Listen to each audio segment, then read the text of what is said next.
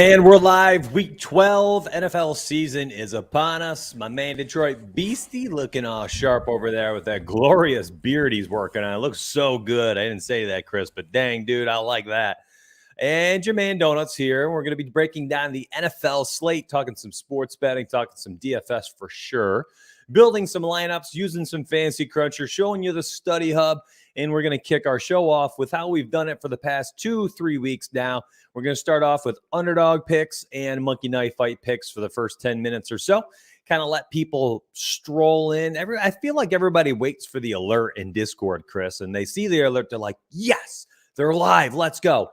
And then they get up and they go make a coffee. They get their donut. They sit down at their table 10 minutes after we're live, because we always see our viewership go from like 50 to 80 at like the 10-minute mark. So we give people a few minutes to roll in today while we're doing our picks. But before we get to those, how are you doing, my dude? I'm great, thank you, and I'm glad you recognize the beard, right? I normally look at you. I love that, like that little scruff, just kind of a 5 o'clock shadow, and I've never really grown out my beard. I mean, it comes in nice and thick and full, but I've never really bothered. But this time around, you know, it's getting cold here in Michigan. We got a few inches of snow last night. I just tweeted out some pictures out back. I got some acreage out back behind the woods. There's a tree line, and it just looks glorious. It's very fresh. You know, a fresh snowfall. It means a lot of things. It can be peaceful. It's a new start sometimes in a way. And I must admit here, Mitch, 37-year-old man, no wife, no kids, never been married. My home and my condo, whatever you want to say it. It's just me and Beastie. It's peaceful, but I feel very festive right now. I have for about a week or so. Started kind of the week before Thanksgiving, and then Thanksgiving came around. You know, I put up the tree last night. I'm throwing some logs in my fire there, and it's been fantastic. So who says you have to be married or have kids or something like that to be festive? I love it. So we'll see where it takes us. Christmas, we know we're on our way to that fresh after Thanksgiving. So here we go. And the meat of week 12 starts today, 1 p.m. lock, and I'm rip roaring ready to tackle it. Yeah, it absolutely does. And we've got a beautiful 10-game slate to start it off. But let's dive in while we give people a few minutes to stroll into the stream. Let me go ahead and say the one and only, well, two things. I guess we have two house cleaning things we want to take care of before we get going. And number one, the first one, super important. If you are not a member, grab that teamreserfall.com, subscribe now link, and you can become a member and at least check us out if you're wondering what we're all about. We have all sorts of pros who play full-time DFS. What we basically did is created a bunch of content and tools for things that we would want to use in the ways we want to use them to build our lineups. And then we just threw it on the site, and there it is. It's not made for the community. It's made by us for us, and then made in a way where it's efficient and honestly easy to use for the community. So I think that is honestly one of my favorite parts about what we do. I think a lot of sites go out there and they'll either just build something without any thought of how someone could use it, or they build stuff specifically for just the users, but they're not things they're actually using. And I think that's kind of like a snake oil salesman thing. And, you know, Chris and the rest of my team, they understand that, listen, whatever you're putting on the site, whatever you're doing, if you're using the tools, things like that, if you're building a tool and putting it on the site, it better be something you're also using. If not, I don't want it. So that is one thing I think that definitely separates us. You know, and then we made it optimized for mobile over the last like 6 months. We changed everything on the site.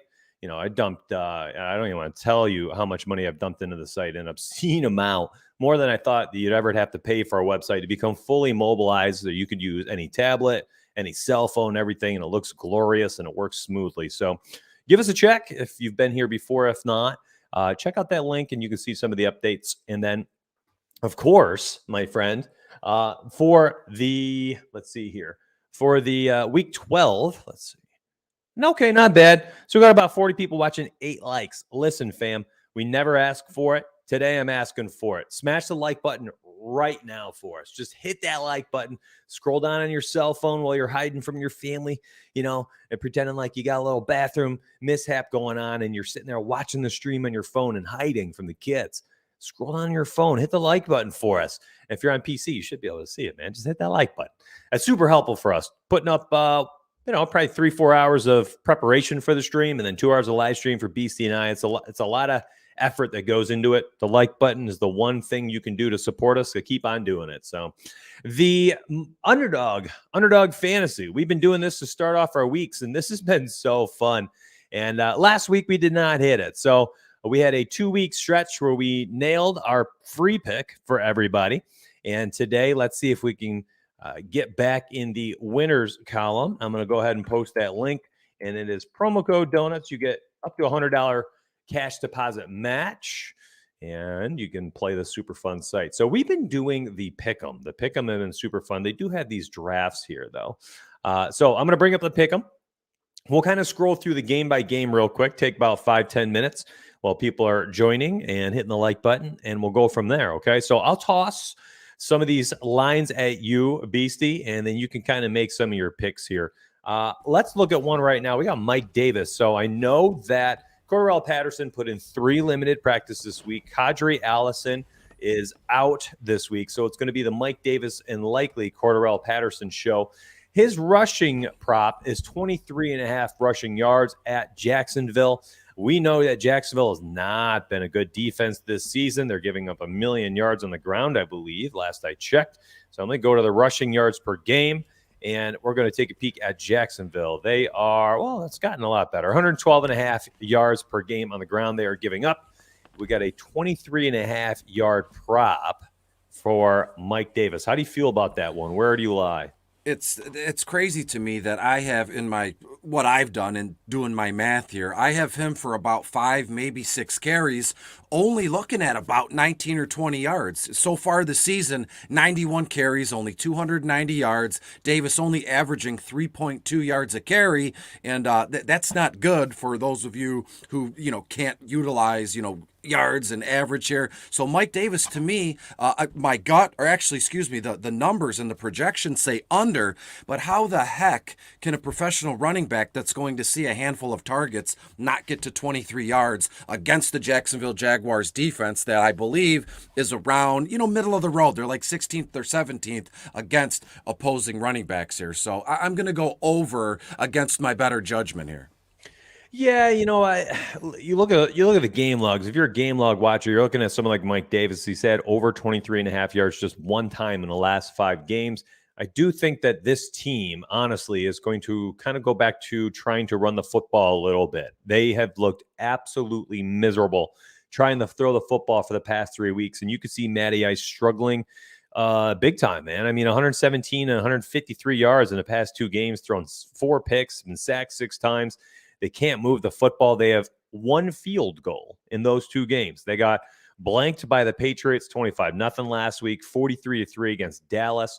When I sort on mysparty.com and I'm looking at the 10,000 Sims model, after 10,000 simulations of this game between Atlanta and Jacksonville, Mike Davis came out to 10.3 attempts as his average for the day for 32.8 rushing yards. So I am going to toss that one in as over. I think there's probably going to be better lines that you could find on today's slate, but I actually thought that was kind of important. You've seen that name get tossed around for DFS purposes today, and I figured, you know what the heck? We should probably talk about that one. There's another one in that game I was actually intrigued on. It was Dan Arnold.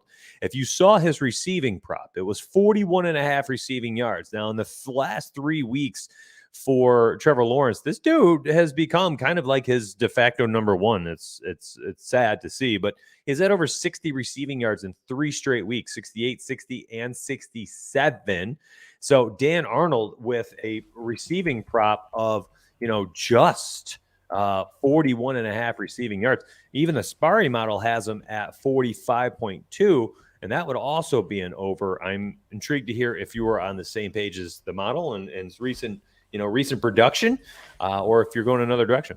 No, yeah, I'm with you here. If you look at the comment, Jules Santana, shout out to him, always in the Discord. He just commented as I began to talk, O'Shaughnessy is back. And it's not the end of the world here, but it's going to maybe take 2, maybe 3 targets away from Dan Arnold. And as it stands now, as you were talking, I looked it up in terms of what I have. 5, maybe 6 targets for Dan Arnold, which would be fantastic. 3 or 4 receptions and about 37 total yards here. So far this season, Dan averages about, let's just round up, it's 11.7. Let's just say 12 yards a reception here. So yet again, like Mike Davis, the numbers and the projections say under, but it's a matter of 5, maybe 6 yards here. So again, against my better judgment, I'm going to take the over with Dan Arnold here. And it was 42, 43 total receiving yards, correct?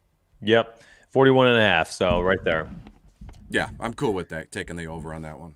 There's another situation we have today, and we have Ty Johnson and Tevin Coleman basically will be leading the backfield for the Jets with Michael Carter out for the next 2 weeks. Now, we have seen Ty Johnson at the end of last season when he had some opportunity play very well. He's actually very adept at catching the football in the backfield, and he's an explosive running back. Maybe not your 3-down thumper for 25 touches per game, but the kid, when given an opportunity, can rack up some yardage because of his big play explosiveness. He's very explosive.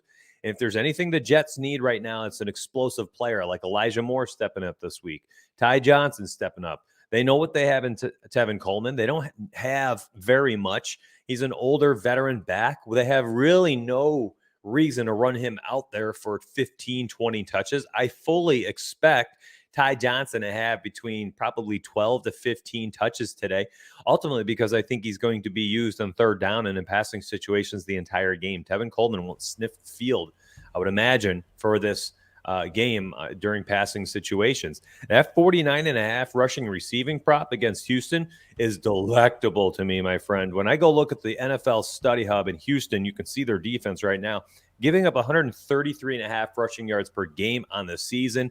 So it's not like he doesn't have a good rushing matchup. And then you're going to tell me not only is he going to be splitting backfield carries with Tevin Coleman, he's got a tremendous matchup against Houston. And on top of that, he's going to be the passing down back for the game for a quarterback that has not shown the ability to throw the football down the field. There are so many things that line up for me liking Ty Johnson for betting purposes here at that 49.5 total yards prop. I'm going over, and I don't even think this is going to be close. I think we're seeing, and the touchdowns are not being able to score is potentially what keeps them out of DFS play for me. But over 49.5 receiving and rushing yard prop here, I would not be shocked if we see 75, 80 total yards today on like 4 or 5 catches as well.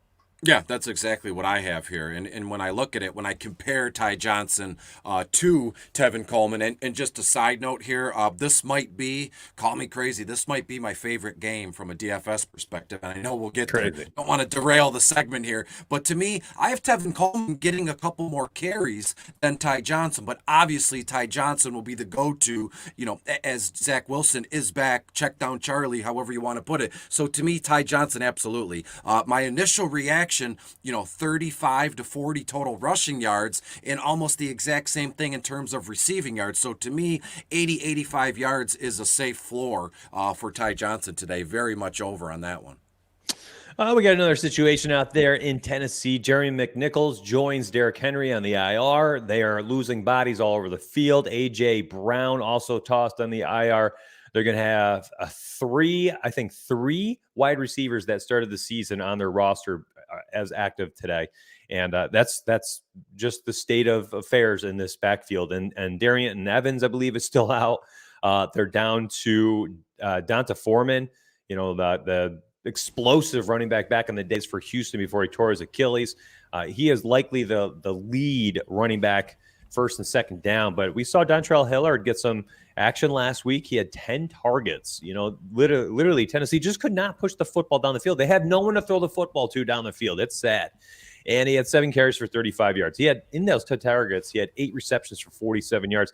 Now, when you look on Underdog, Donta Foreman, 42.5 rushing yards. I cannot stand that line against New England, who has been electric. They have held opposing teams under 299 yards in 4 of the last 5 games. They've given up just 10 points per game in the last 5 weeks. They've outscored their opponents 35-10 over that stretch. That is insane. So what I think you're going to end up happening today is you're going to see a team like Tennessee playing from behind as they're on the road in New England. It's cold there today as well. I got to think that New England's going to be able to shut down that trio of Nikhil Westbrook, something Klein, all these guys. They're just Chester totally Rogers. Yeah, totally irrelevant players. And for DFS purposes, I'm sorry. Good luck. We've seen this story before when 5th wide receivers get, game time action in the 80% snaps and all that stuff.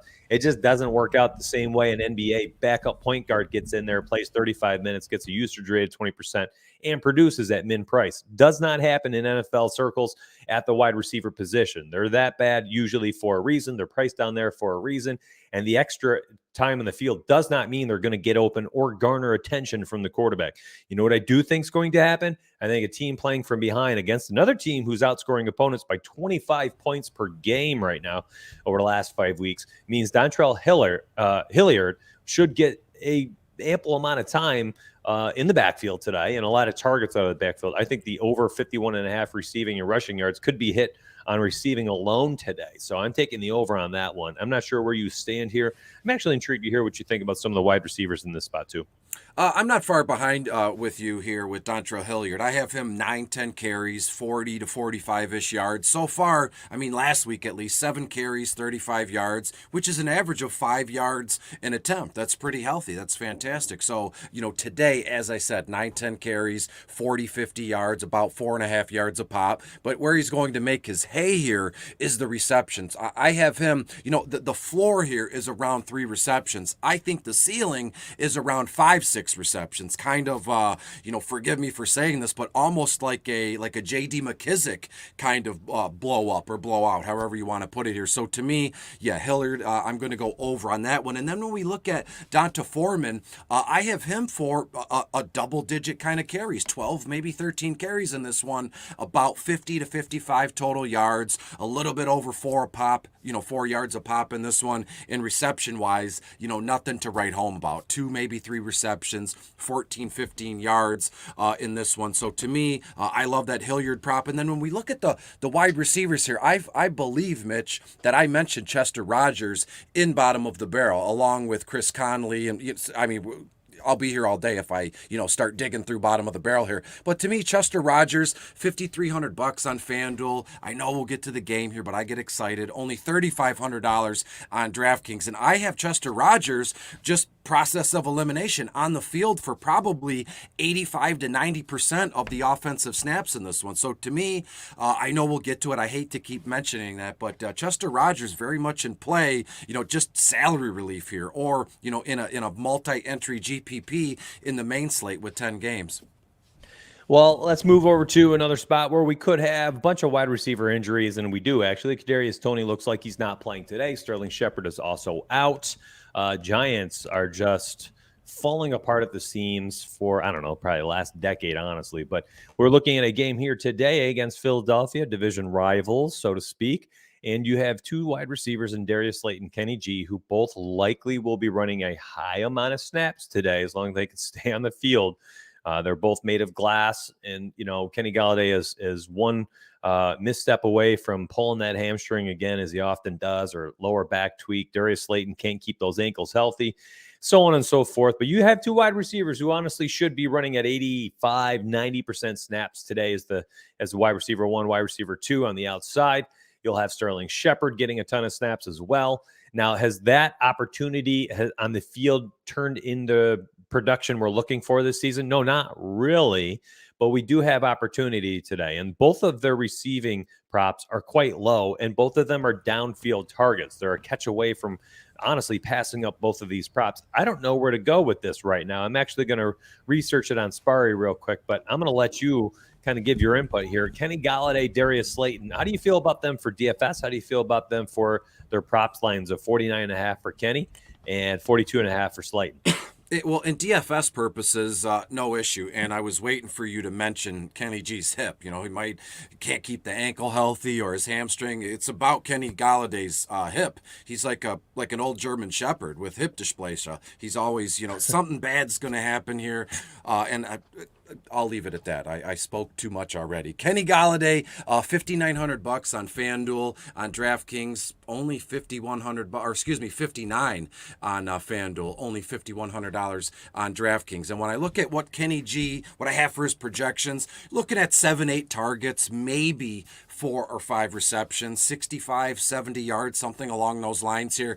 And to me, you said it best in a way. I don't know if you caught what you said here, but volume is always king. And when it comes to fantasy sports, especially DFS. So when you look at a slate like today, the Giants are playing Philly at home here. I think Philly wins this one by 10 to 14 points here. So I would imagine Daniel Jones and Kenny Golladay and Slayton, as you said, just tons of snaps, 90% of the time they're going to be on the field here. And when it comes to Darius Slayton, looking at almost an exact same stat line as Kenny Golladay, same amount, 6-7 targets, 4, maybe 5 receptions. The only difference is I have Slayton about 5 to 10 yards less than Kenny Golladay. So to me, on this one, Mitch, I'd go over Kenny Golladay, and I'm going to go under on Slayton. I have nothing to back this up here, just something, in my chest, in my gut here.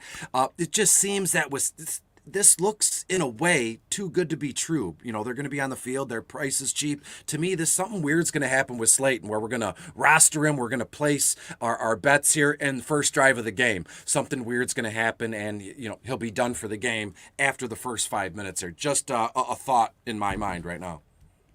Well, I tell you what, so looking at the Sparry 10,000 Sims model here, Philadelphia Eagles actually, Vegas consensus has them at -3.5. 10,000 simulations of this game later. Sparry model has Philly at -8.5, and that triggered a grade C for the bet on taking the 3.5 for Philly. So that's interesting. Kind of goes in line with some of the things you were mentioning there. Honestly, fam, I'm just staying away. The more I look at it, the more I do not like it. I'm actually going to remove the Mike Davis prop, and I'm going to play this one today. Throw 25 spot on that. $25 in, returns 150. We went a little bit longer on this segment here, but honestly, it's because we were talking a lot of DFS while we were depicting, our thoughts on each of these situations. And some of these situations I thought really did matter. So go ahead and use promo code Donuts. You'll get a 100% deposit match when you deposit your up to $100 on Underdog. We do a bunch of NBA picks and props as well. And the sparring model itself actually is also live for NBA. Same thing. You've got a betting model at 10,000 simulations. And then because of the 10,000 sims, then we show you exactly what the average for all the NBA stats were for every single player, which then you can use to go ahead and attack the prop sites, however you want to do so. So once you see the 10,000 sims, you'll look at this and say, wow, okay, Sparry has Reggie Jackson at 21.3 points or something. I don't know. After 10,000 simulations, you'll know you have almost a 3-point edge over the Vegas line or the Underdog line here in this instance, and you can play it that way. Listen, let's do our Monkey Knife Fight one later. We spent a while on that, and I think it was fine, though. Looks like nobody really left as they were enjoying some Underdog to start off the day. And let's get to it, my dude. We have a interesting slate. It's another type of slate where the ownerships on a lot of different players are not just crazy. We don't have like super chalk anywhere that necessarily will drive the slate to make you have to make some type of massive decision that will, change the way you build your lineups. Let me refresh my internet here. When you are building your lineups, when you have mega chalk, you have some of these decision points where you have to decide, how am I going to build? What am I going to do to put together my lineups? On both DraftKings and FanDuel, you don't have crazy mispriced players today that make you make that decision. So I think, honestly, the best way to build your lineups today is you just focus on solid correlation, focus on putting together really good lineups, and don't be too concerned. I don't want to say don't be concerned at all, but don't be too concerned on where your ownership is or how much exposure you have to some of those higher owned players today. If they're in a good spot at this point in the season in week 12, you have to kind of take advantage of stuff like that, because in the beginning of the season, when people are mispriced all over the place, and teams we also are still trying to figure out what is actually a good spot or not, which defenses are for real, which offenses are for real, you can take some chances. In week 12, at this point in the year, we know what they are as players. We know what these teams are, both offensively and defensively. And to be honest, my friends, you mostly have to just take advantage of good matchups. And, I don't mean say always be super optimal, take the best matchups and roll with those. But like, if there's another matchup that's pretty solid and a guy who maybe is slightly under-owned, then you have to take advantage of that. One of them for me today is a guy like Michael Pittman, okay? So the matchup against Tampa, a team that is giving up the least amount of rushing yards on the season. Michael Pittman, I think, is going to have an opportunity today to be playing on an offense that's going to throw the ball 40 times, okay? I don't know if Jonathan Taylor is going to be able to run like he did against the Bills and all these other teams over the last 5-6 weeks against Tampa the same way. If he does, okay. If he does not, what's going to happen and how can you take advantage of it? Well, Carson Wentz is going to have to throw the football a ton. So who's going to be getting the targets? Okay, Michael Pittman, probably the 1A in this offense. So he's going to get 10-plus targets if that comes to fruition. So inside my Tom Brady stacks today, if it's not going to be Tom Brady and Chris Godwin because he's the highest projected owned wide receiver in that offense, third highest owned on the slate, well, then maybe I go Tom Brady, Mike Evans, and then run it back with a guy like Michael Pittman. I don't need to get super cute. I just don't need to get super cute. That is a fine stack. I slightly concerned myself about ownership. I went away from Chris Godwin. I went to Mike Evans instead. So I still targeted Tom Brady. I didn't get too cute there. I still targeted a Tampa pass catcher, and I went with Mike Evans instead of Chris Godwin at the higher ownership. And then I ran it back with Michael Pittman, a very standard 3-player stack. I felt confident about it, and I'm not too concerned about the ownership or the ownership total. So keep that in mind while we're talking about these players, these games, and building lineups with you today. And I think that we'll all have a way to find some success. So Atlanta and Jacksonville is our first game. Chris, go ahead and kick us off. How you feeling about some of these players in certain spots? And we'll go ahead and show them here on the Study Hub. Absolutely. Well, when you look at this one here, over under, I believe, let me find my notes briefly. Yeah, it opened at 46.5 over under.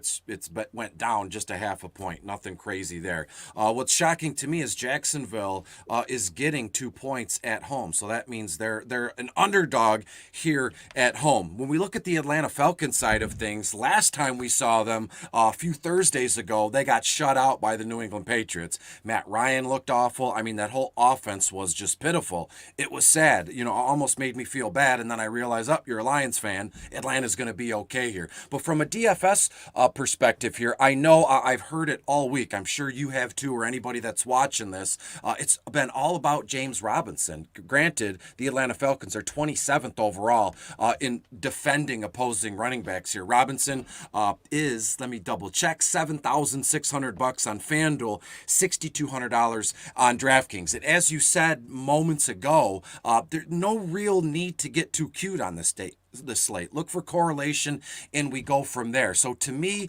I'm all hands off James Robinson this week because the ownership percentage might be a little bit more than usual because people still look at James Robinson and Jacksonville as some kind of under the radar. Like you can get RB1 type numbers from J Rob, and nobody's going to be on it. I'm here to tell you, a lot of folks are going to be on J Rob today, and we go down the list: Marvin Jones, Laviska Shenault. I'm good here. So in all honesty, Mitch, there's not too much I'm looking for in this game. One thing I will say briefly, bottom of the barrel this week was about combinations of players, duos, same team, same position, and we stack them. One of those that came to light as I was writing and throughout the week here is both Russell Gage and Olamide Zacchaeus. Russell Gage is $5,700 on FanDuel, 5-1 on DraftKings, and then Olamide is $5,400 on FanDuel, only $4,400 on DraftKings. Jacksonville,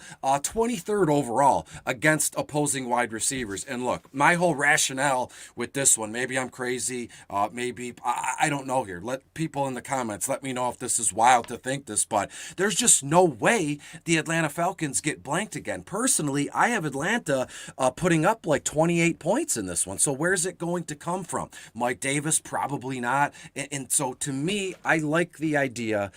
This maybe it's getting cute for opposite reasons, but again, Russell Gage and Olamide here. No issue stacking them both in the same line here. Combinations and duos. That's my theme here today with the DFS slate.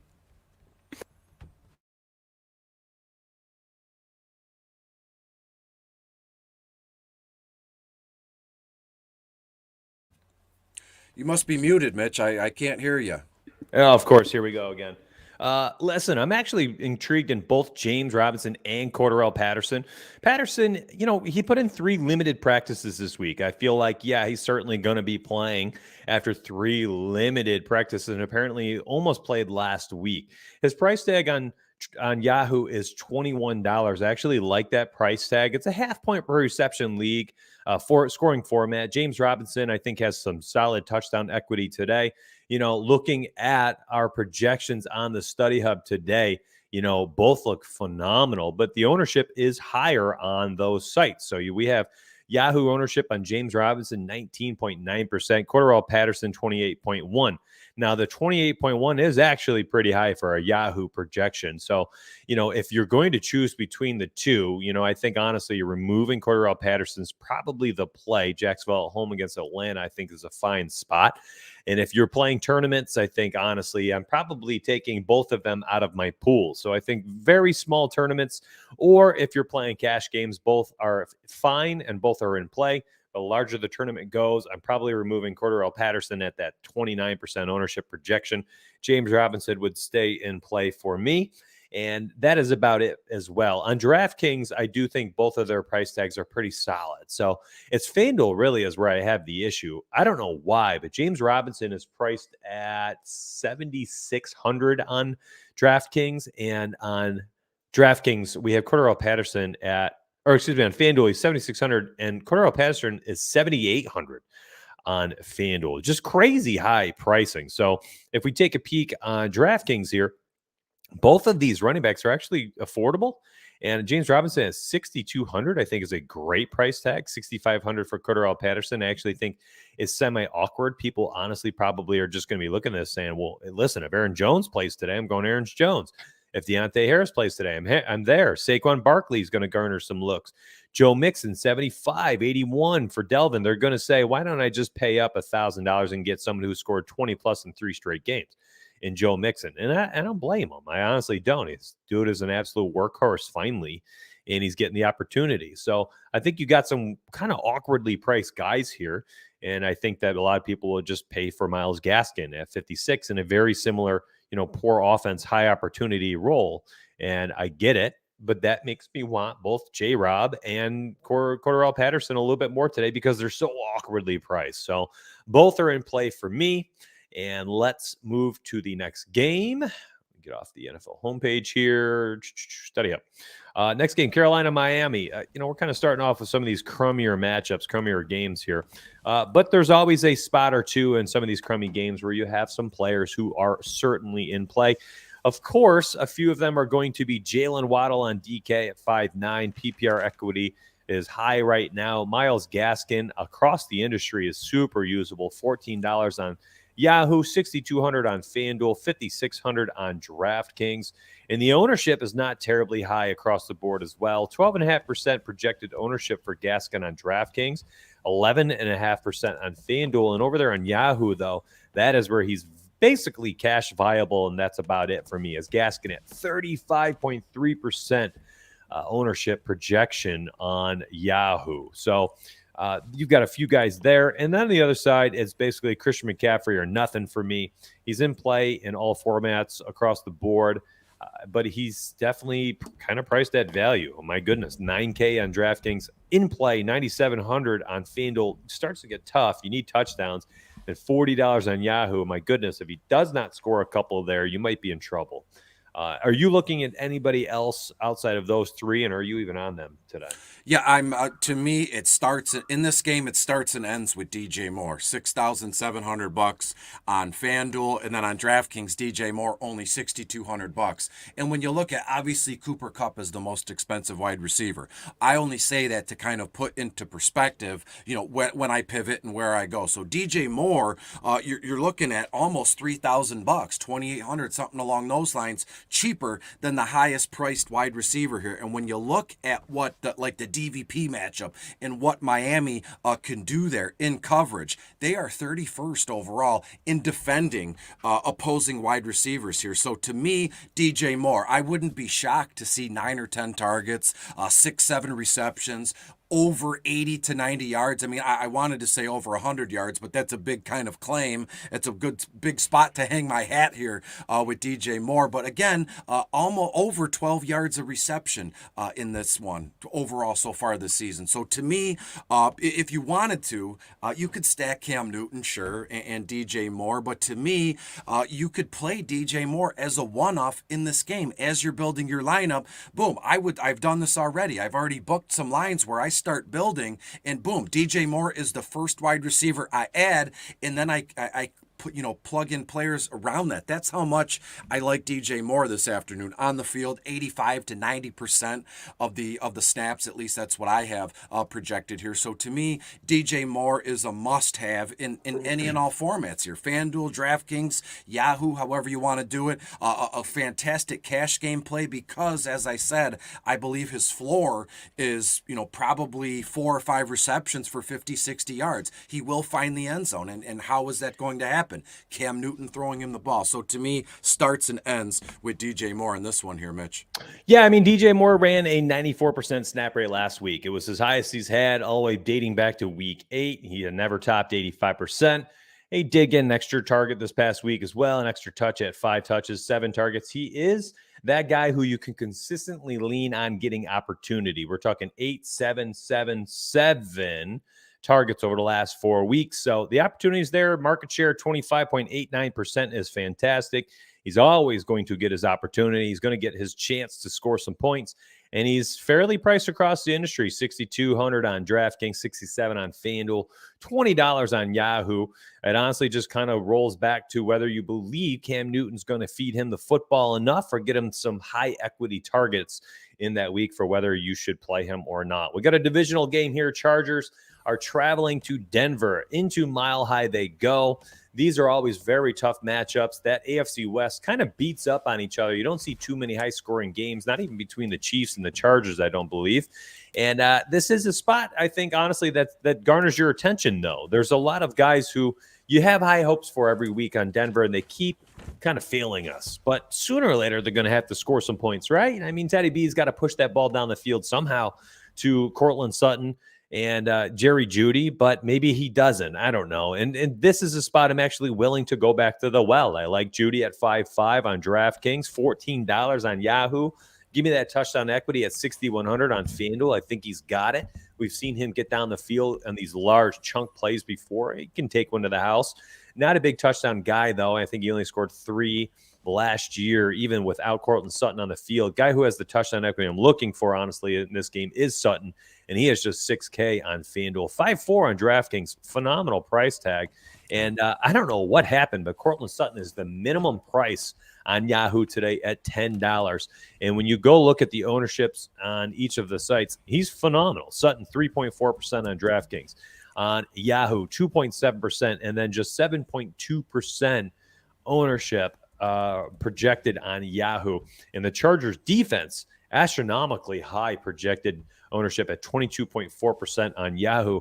My friends, that's an opportunity here to leverage a fifth of the field. If that one comes to fruition, if a fifth of all lineups have the Chargers defense today, not only if you fade them, but then you roster some Denver players, you have a chance to leapfrog a fifth of the lineups in whatever tournament you're in. And on top of that, you're likely going to be rostering some very low-owned players on the Denver side of the football. Now, the Chargers side, high-owned everywhere, man. We're talking Austin Eckler, 40% projected ownership on Yahoo, nearly 20% on both DraftKings and FanDuel. He's been phenomenal this year. His price tag is the same, 8.4K on both sites. Keenan Allen is really heating up as of late, 7K on FanDuel, 7.4 on DraftKings, $24 on Yahoo. And then, of course, Mike Williams finally has himself a game last week. You know, scored 20-plus points, scored a touchdown again. Or for first time in a while, I believe. Let's see what his final stat line here was.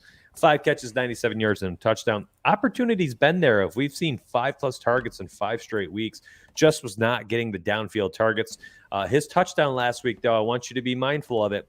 It was a blown coverage. If you watched it, it was like a 50-something yard touchdown.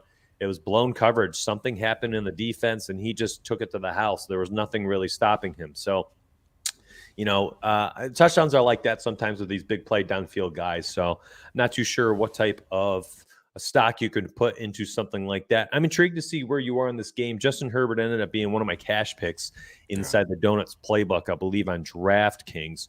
And I did not touch him on FanDuel. I think I went Tom Brady over there. But where are you at this week?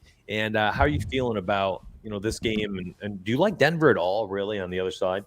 Yeah, well, yes and no, and I want to preface this by saying, you know, I've been just pull the curtain back a little bit. We text quite often. Well, at least I send you the text message. I ignore you. I can't. And you leave me on red all the time. But aside from that, I've been fooling around with Fantasy Cruncher a lot, and I must say, most of the when I hit Optimizer, I go from there. Keenan Allen has been popping up in a ton of optimizers all across the field here, so I had to look at it, and also Noah Fant. So looking at Keenan Allen, Noah Fant, been popping up on Fantasy Cruncher a lot. So I dug into it just a little bit on the Study Hub in terms of ownership percentage. How often are they on the field? And basically all I got was exactly what you said. Keenan Allen is starting to heat up, right? He kind of, I don't want to say Keenan Allen disappeared, but he's only has, I believe, 106 targets, 74 receptions only. But again, today I have Keenan Allen double-digit targets targets, 10, maybe 11 targets, 7, 8 receptions, 80 yards. And to be honest with you, I think 75 to 80 receiving yards for Keenan Allen, that's his floor today. And given his price tag, when you look at it, what'd you say, $7,000 on FanDuel, and then on DraftKings, $7,400. It makes sense. I mean, if everybody's in on the Chargers and Austin Eckler and Justin Herbert, then it only makes sense to kind of look Keenan Allen's way. On the opposite side of things, the Denver Broncos here, to me, nothing really stands out here. Javonte and Melvin Gordon III, they're continuing to split the ball. There's split carries here, 10 or 11 apiece, and just shake the dice, and one guy will get 1 or 2 more carries. Granted, Javonte's been a little bit more effective with what he's doing. Be mindful, the Chargers are 25th overall in terms of defending opposing running backs here.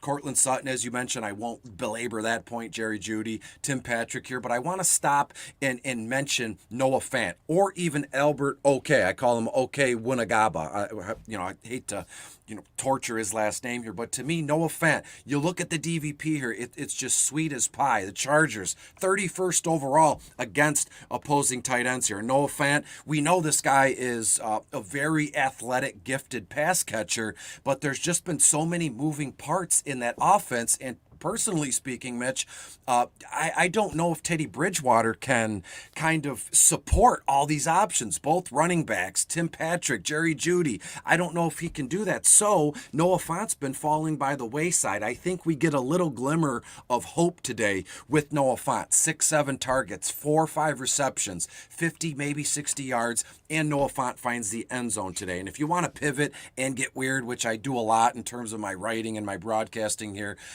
just kick the tires on, I said, Albert OK. $4,900 on FanDuel, and on DraftKings, only $3,300. And I love what you said about if everybody's in on the Chargers defense, you can leverage that with sprinkling some Denver Broncos in your lineup here. You can kind of jump some sort of the masses here. So to me, it's all about the Noah Fant in this one, and that's about it. I would have no issue kind of plugging and playing just the tight end in this one, Noah Fant. And if you wanted to, get a little bit more wild, throw in Tim Patrick there. They seem to love him. They gave him a contract extension. I mean, in terms of on the field play, that doesn't say much, but that lets us know he's going to be on the field. He isn't going away. 27-year-old guy, kind of broke out a little bit last year. So to me, Tim Patrick, Noah Fant, and I'm good.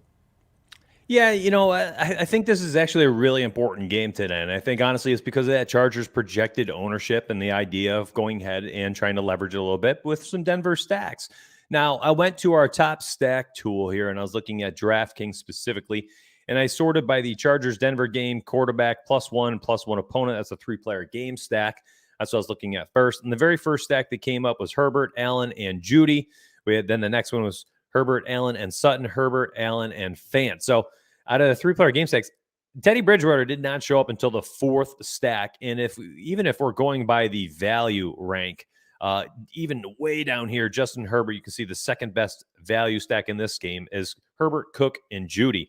And down here at the very bottom, you have Bridgewater, Jeudy, and Cook as the top value. But the projected total, pretty weak there at 21st overall total points. So I think finding a stack here, if you're going to be using the stack tools, finding something that's kind of solid across the board, like a Herbert, Allen, and Fant, which you just talked about ad nauseum as well. 3rd in the projected stack.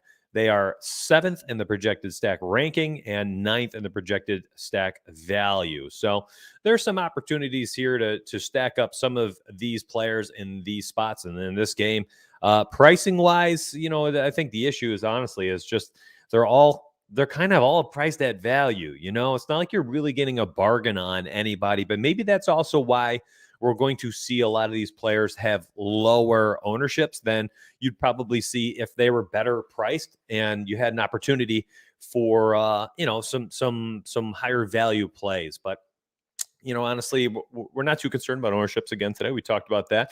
The only thing we're really looking at is those really high owned spots. And the only one I really see in this game that matters, that drives where you should build your lineups, and what you should do is that freaking Chargers defense. I don't get why they're so highly projected today, way too high, and specifically on Yahoo. And I understand it's because they're so darn cheap down there at $10. I mean, it's going to be hard for them to fail. But man, if you can leverage something, I mean, that's it right there. That's going to be the spot. You know, freaking Chargers defense at 24% ownership. You're going to have some Denver exposure today in your big lineups, especially for something like this, like the $1 million baller, which has 40,000 entries. Like, leverage that. If we're saying 12,000 of the lineups are going to have the Chargers defense, you don't want to be moving with 12,000 lineups. And in fact, if you fade them, number one, you're in the rare territory. You're within the other 27,000 lineups built. But then if you also use Denver players, you're going to be in a smaller portion of the field. We're talking maybe 400 or so lineups. It'll be you versus 400 people for first place if Denver pops off. That's how that works out. So anyways, let's move on. We are on a little bit juicier of a game here. We've got the Rams and Green Bay. I have led off with each game so far. Go ahead and kick this one off, my dude. We have the Rammies traveling to Lambeau today. Sure. Yeah, absolutely. This one's going to be good. Let's throw out all the fantasy and the DFS talk.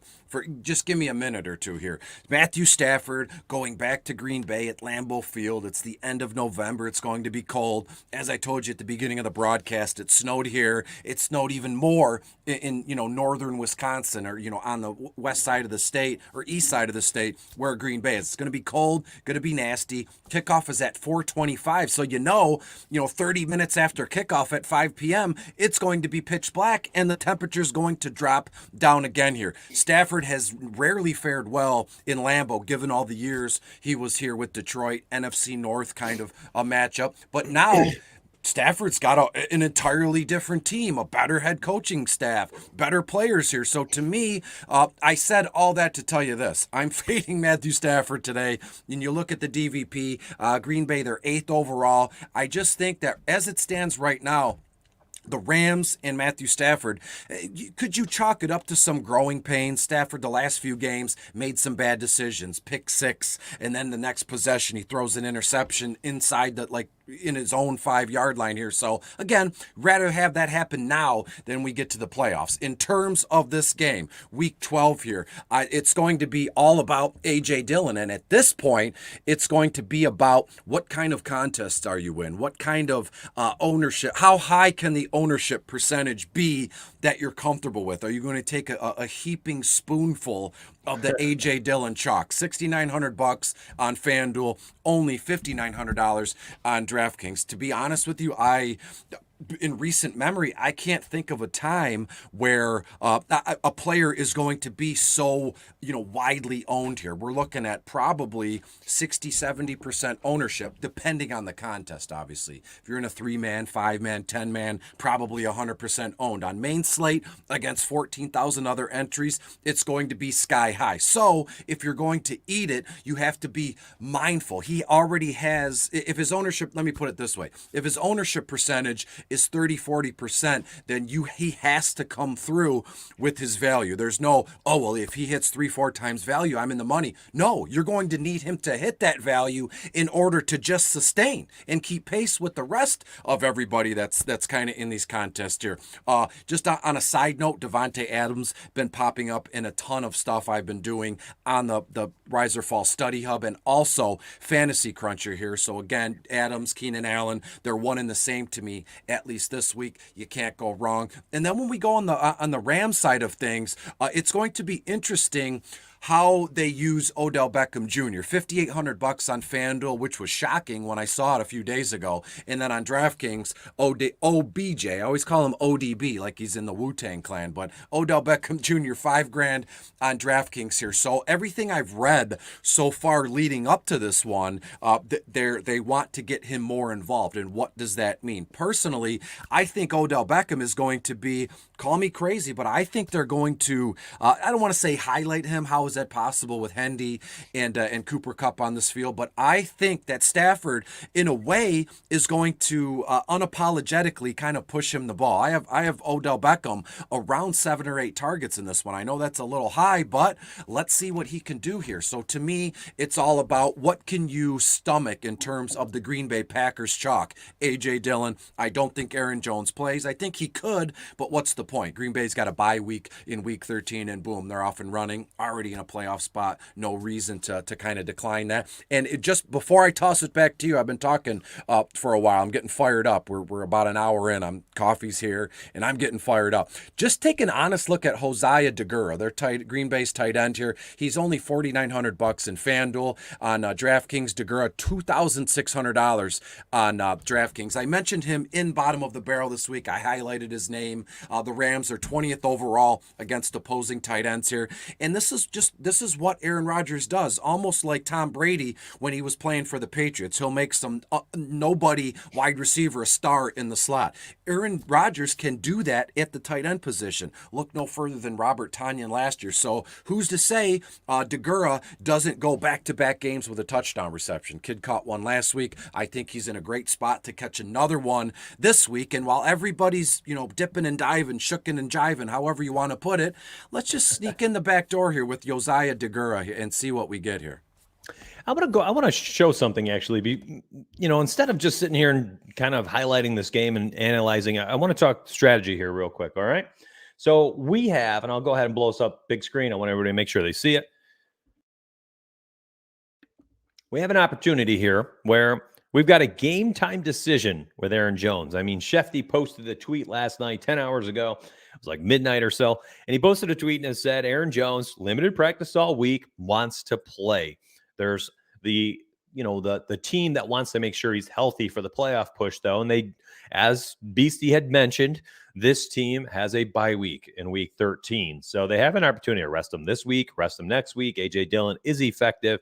Here's the thing, though. I think, honestly, if they throw Aaron Jones out there with that in mind, that the team has a bye next week, he's got to be as close to 100% as possible if they allow him to be active today. And if that happens, you are likely going to get Aaron Jones in that RB1 role and extremely low owned because everyone's concerned about splitting the backfield, blah, blah, blah, blah, blah.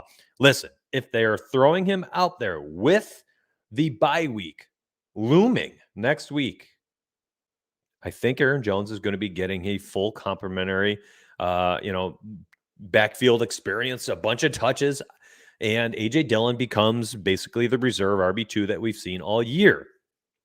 Now, how do we approach that for DFS? If you look at each and every site today, Aaron Jones is $1 or $2 more expensive than A.J. Dillon. I think you could probably simply just do this today. Inside Fantasy Cruncher, or if you're hand building, you go to this team, and honestly, fam, you just go ahead and remove A.J. Dillon. You put Aaron Jones in.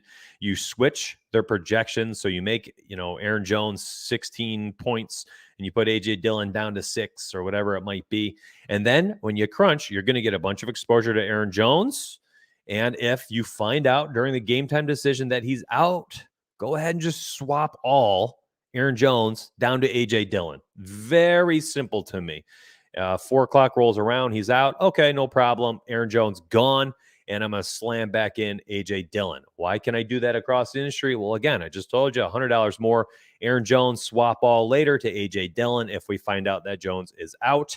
And then you can do the same thing on FanDuel. Aaron Jones is out. Oh, okay, no problem. Let me put in A.J. Dillon.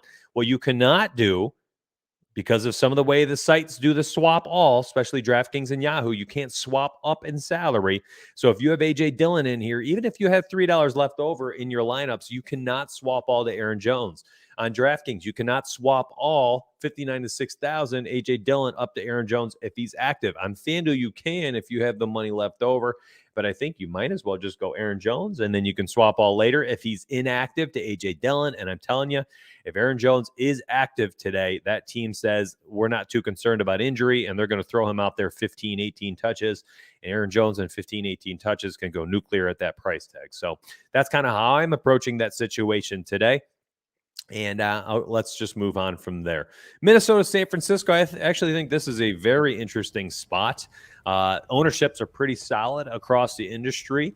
You know, no one really tops 20% other than Debo on FanDuel, and in which case I think you could probably just get off him there. $88,000 on FanDuel. Now you're up there around someone like Devontae Adams, who give me his touchdown equity over a guy like Debo Samuel, who has a tremendous matchup as well against Minnesota. And in the same game, you've got guys like Adam Thielen and Justin Jefferson on FanDuel who are fine priced at $7,200 for Thielen, $8,100 for Justin Jefferson, who continues to go bonkers.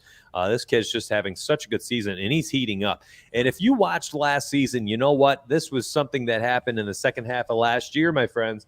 Once he started to get going, I think like week 8 or week 9, this kid erupted for the last 8-9 weeks of the season. And what do you know? Week 8 rolled around against Baltimore. He scored a touchdown. Week 9 rolls around against the Chargers. He goes for 143 and 11 targets, 9 catches.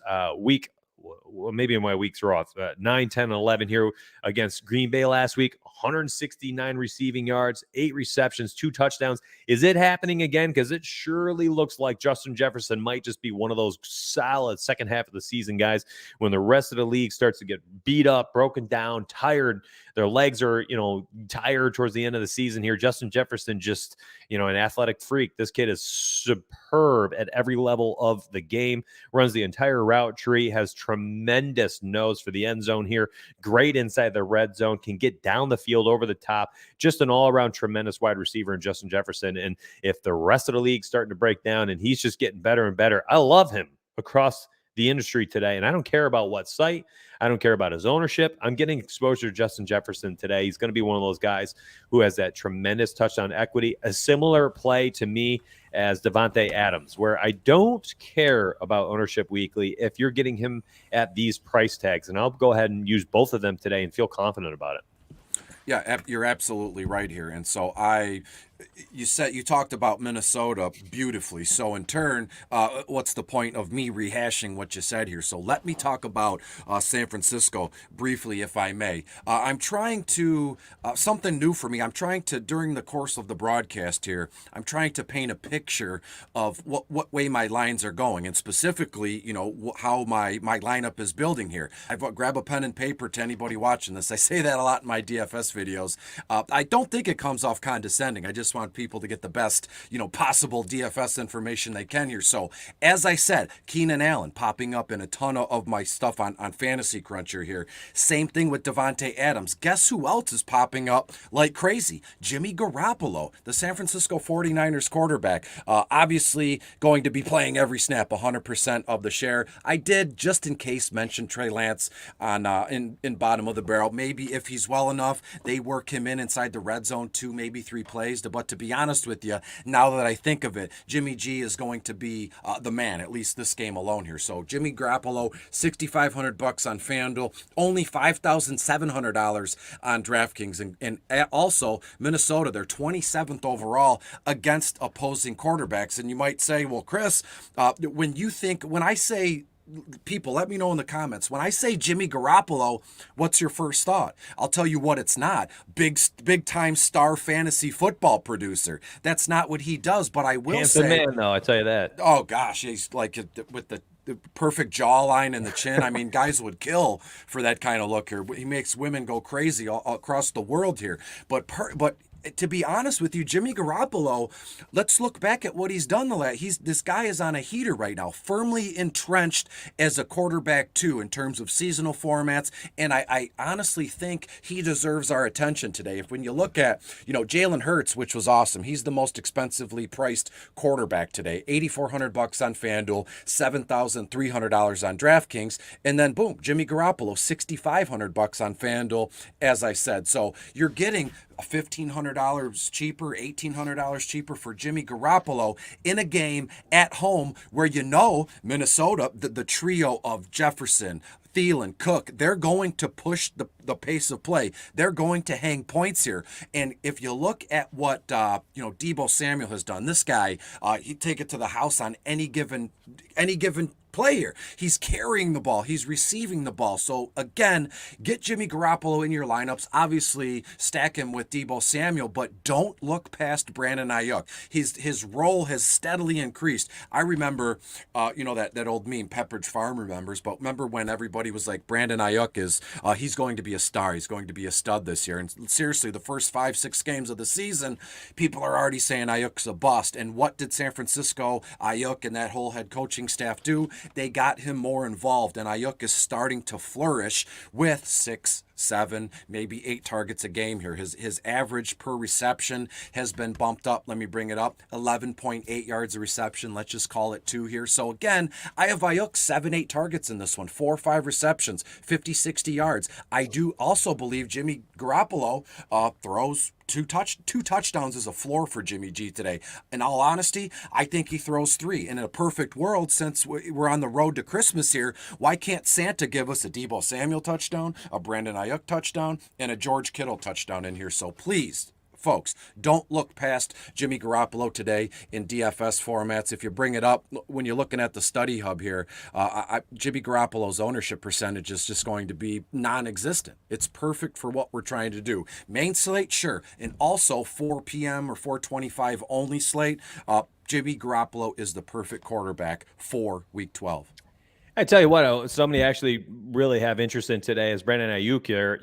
Snap rates was really what we were totally concerned about at the beginning of the season. Is he going to get the opportunity? Well, he sure is, my friend. Since week 8 here, 88%, 93%, 90%, 93% snap rate. He actually led the team all 4 weeks since week 8.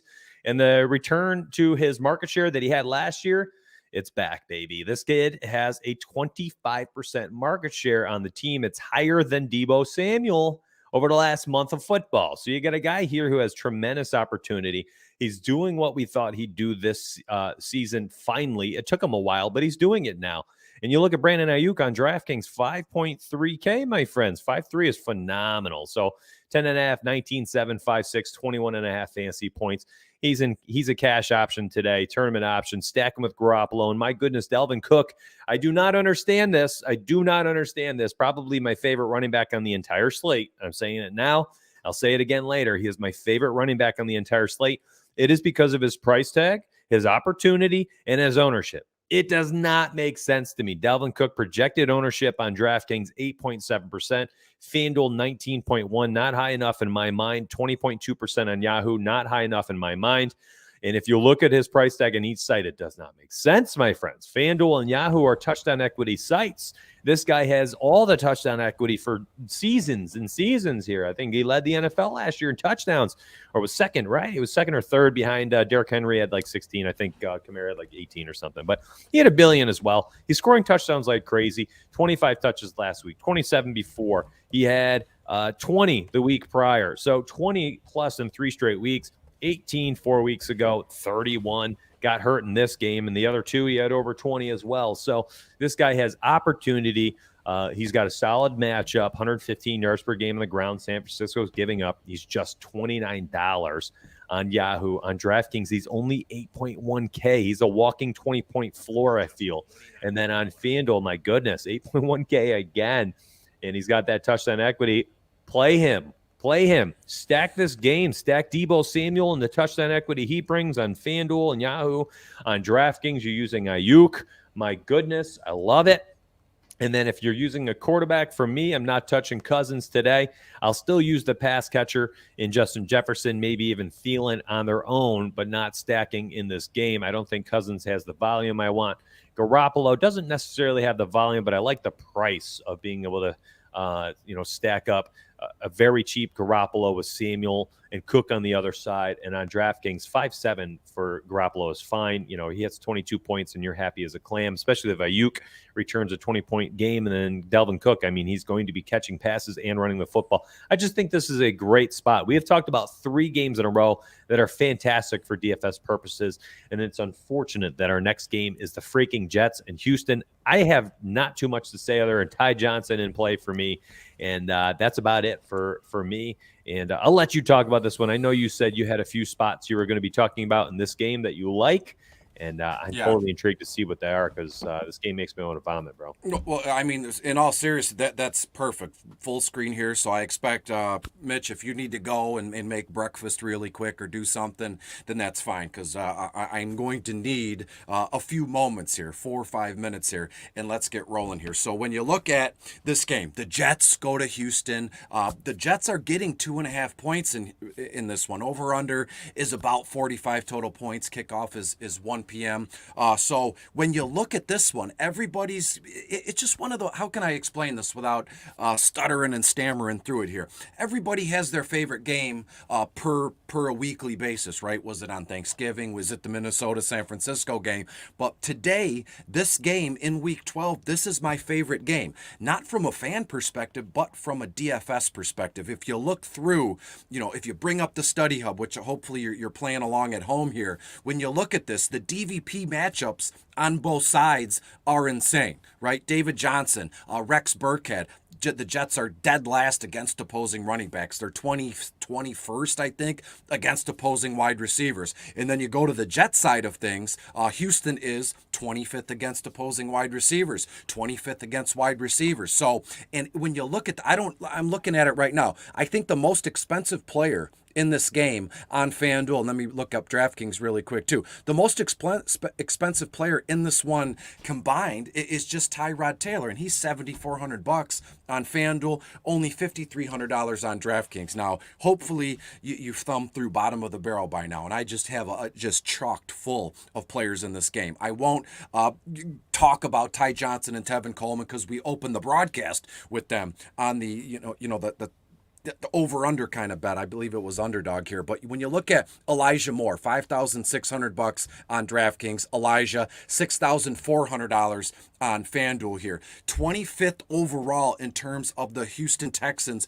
guarding wide receivers here. And look, Zach Wilson is going to be back today, so we've heard. Whether it was Flacco or Mike White, who knows? But Zach Wilson, we've seen him prior to his IR stint and being out, him and Elijah Moore have some sort of chemistry. So you'd like to think this whole time Zach Wilson was inactive, they were playing along in practice. They were going from there. So I love the idea of just a full-blown stack. Zach Wilson, Ty Johnson, Elijah Moore, and then we're getting crazy here. But when you look at Houston, I want to mention Rex Burkhead. I know it's nasty, it's wild. Trust me, I'm with you. I felt dirty. I had to shower after I published bottom of the barrel. I mentioned Rex Burkhead. He had 18 carries last week. He only averaged 2.2 yards a carry here. But again, the Jets are dead last against opposing running backs here. So volume is king, right? If Rex Burkhead, if you could promise me, Mitch, or anybody that's in the comments, if you could promise me 15 plus carries from Rex Burkhead, he'd be in 100% of my lineups. Just looking at the price, $5,700 on FanDuel, $4,200 on DraftKings. And you might say, well, Chris, dude, you need to go lay down. You're getting nuts. You're going crazy. You're going crazy here. Last week, we mentioned, I did briefly, Joe Flacco on the broadcast, the Jets. Guess who was the quarterback in the $1 million winning lineup on FanDuel and DraftKings last week? It was Joe flippin' Flacco. So we have to take wild shots like this. And given his price tag, Rex Burkhead, if this guy puts up 50, 60 yards, if he finds the end zone, that's what you're looking to do here. So to me, in this game, it's about Elijah Moore. It's about Rex Burkhead. And they're both going to give you some sort of salary relief because as we've been talking the last hour and 10 minutes, we've been talking about those high-priced studs. You just mentioned Dalvin Cook, 20-plus carries, but he's a pretty penny. Aaron Jones, Aaron Rodgers, Justin Jefferson, these guys cost money, so we need to find a guy like Rex Burkhead to plug in our lineups, and we go from there. I'd like to think that's my specialty. That's why you brought me onto the website for Bottom of the Barrel, and to do that dirty work nobody really cares about. Everybody wants the cookie cutter stuff, the chalk guys and what studs to play. But I'm here to tell you, Rex Burkhead and even David Johnson, very much in play to me this week. As I said earlier in the broadcast, week 12 and Bottom of the Barrel, all about just duos, combinations of players, player stacks. Same team, same position. I have no issue. Already booked it. Rex Burkhead and David Johnson, both in the same lineup. We'll see what we get. You got to get a little crazy this time of the year if you want to take down anything big. All right. Well, listen, I want to bring up, I want to paint a little picture here. So you've got Zach Wilson, who was being sacked at a tremendous rate to start the year, 6.45, 121 times he was sacked, threw a million interceptions. He had 9 in his first 5 games. And now he faces a team that's getting after the quarterback as well. And if you're looking for like a cash pick defense today, I think the Texans are a phenomenal cash pick. 4.9K, a bit too expensive on FanDuel for me, but my goodness, on DraftKings, just plug them in there if you're playing cash games at this point in the season. Good luck. But you've got a team here who's racking up sacks, interceptions, forcing fumbles. They're playing well over the last 4 weeks here. And, at 2.3K, it's going to be hard for them to ruin you. The Jets really got to go bonkers here for them to really sink your lineups today in cash or even small tournaments. They can return 5-7 points and you're okay. And they've got upside for much more against Zach Wilson today as well at 2.3K. On FanDuel at 4.9, they're just way too expensive. So I think, honestly, you can pick and choose where you're going to be playing a team like this, where you're going to be playing that defense specifically. And the Texans on FanDuel, not in play. On DraftKings, certainly in play. And on Yahoo, we've already kind of talked about this. Your cash options, the Chargers today. Texans, a fine tournament option at $14. So I'm on the defense there. Depends on what site you're looking at. Let's move forward to the Eagles and the Giants. But before we do that, let's do our monkey knife fight. About 5 minutes here. Go ahead and pick a couple tournament options here, a couple slips that we can make. If you use that code right there, that link, and then use code donuts, 2 things are going to happen. Number one, you're going to get a $100 match up to your deposit of 100% deposit match up to $100. And on top of that, if you ever watch me use the MySparry betting site, that's the 10,000 Sims model. So you can use the 10,000 Sims model for NBA betting, for NFL betting. We're talking spreads, game totals, money lines, team totals, props, edges. We pull all the props from sites and we pull them and match them against our 10,000 simulations. And then you have your monkey knife fight. You've got all sorts of, pick sites where you can put together your prop slips and try to make some money. We're going to make one live right now. If you use the Monkey Knife Fight promo code, we actually give you a free month. So if you use it, you'll get November 28th. So you'll get the month of December totally free. So if you want to try it out, if you're like, well, I don't have sports betting live in my state, but you do have access to the prop sites, heck, it's a great way to get a nice advantage, a nice edge over some of those sites. So let's do this one first. We have the early slate. We'll do one for the early. We'll do one for the afternoon. These are a lot of fun. We like doing these. So I'm going to blow this up big screen as well. These are super fun to do. Let's look for a couple smaller picks here so we can try to make some money, a little bit easier. And then we'll do like a larger pick later. All right. Here's a nice one. Actually, I like this one. Chris Godwin, Deontay Johnson, 82.5 receiving yards for Chris Godwin and 75.5 receiving yards for Deontay Johnson. More or less on those 2 players. How are you feeling about these 2 spots? Oh, God, I got way more for both of them. Godwin is in just an absolute sweet spot today, looking at 9 or 10 targets, 6-7 receptions, 90-plus yards. And to be honest with you, I think 80, 90 yards for Godwin today, reception-wise, that's his floor. This guy has been a stone-cold stud, and it just so helps that that Mike Evans is there, too. And then when you look at Deontay Johnson, he has become, at least this week, one of my favorite overall plays for DFS purposes. $7,100 on FanDuel. I know we're talking, just underdog here, but to me, I have Deontay Johnson, 11, 12 targets, 7, 8 receptions, almost identical stat line to Godwin. So maybe I talk too much, but give me the over on both of these boys. No, you're fine, buddy. And I keep choking on my coffee this morning, so excuse me. Chris Godwin, 82.5 receiving yard prop. Now, I probably would have taken the less here, had it been anybody else other than Indy. And Indy's defense, man, with Darius Leonard back, they stop the run, man. They do stop the run hardcore. He is so good east to west on this defense, sideline to sideline. Tampa, already a team, doesn't have the most success moving the football on the ground throughout the game. It's like they'll kind of 3.5, 4 yards in a cloud of dust. So Chris Godwin over 82.5 receiving yards. I think both Indy and Tampa move the football through the air today. Deontay Johnson, 13 targets, I think, in 4 straight games or 4 out of the last 5 weeks. So he's going to continue to get peppered. Anytime you get a guy who's going to be targeted 10 to 15 times per game is always going to have an opportunity of getting more than 75 receiving yards, especially a guy who's very electric in the open field like Deontay Johnson. Let's look for one more small, we'll do a 3-pick play. So let's stick with, let's try to find some different players. Here we go. Matt Ryan, 250.5 passing yards. Again, this team has been struggling to move the football through the air. No Calvin Ridley certainly hurts. Jacksonville is a fine matchup, but I'm going less here. Again, we've seen him throw for 113 and 150 passing yards 2 straight weeks. He has been struggling to get over 250 yards passing virtually all season outside of 3 or 4 games this year. And again, it's just there's no Calvin Ridley. They don't have a running game to keep the defense honest. It's been a tough year for Atlanta. They've scored a total of 3 points in the last 2 weeks, 3 points against Dallas after losing 43-3.